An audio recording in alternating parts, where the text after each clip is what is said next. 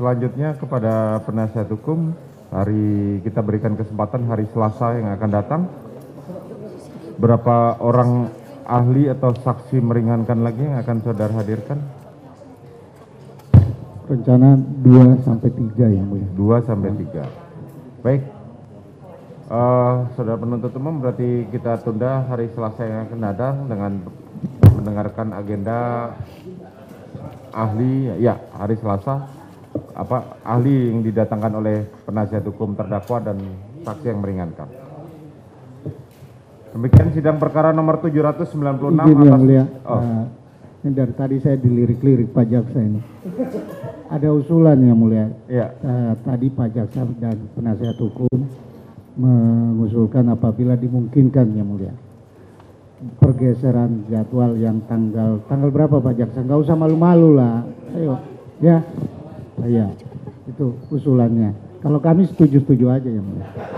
Justru kami setuju pendapat dari PH tadi yang. Izin Bapak.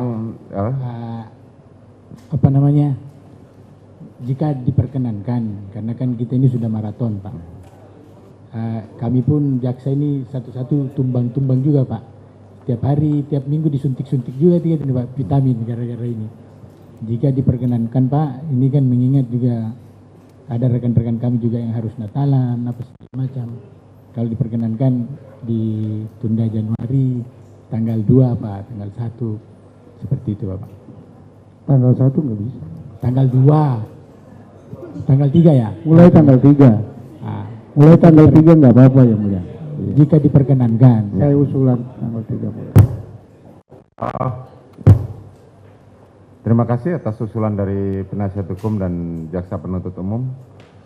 Majelis berpendapat bahwa sidang ini kembali pada asasnya, peradilan yang cepat, sederhana, dan murah, sehingga jadwal tetap seperti semula Selasa yang akan datang tanggal 27. Demikian sidang perkara nomor 796 PIT B 2022 atas nama terdakwa Ferdi Sambo dan perkara nomor 797 PIT B 2022 atas nama Putri Chandrawati dinyatakan ditutup.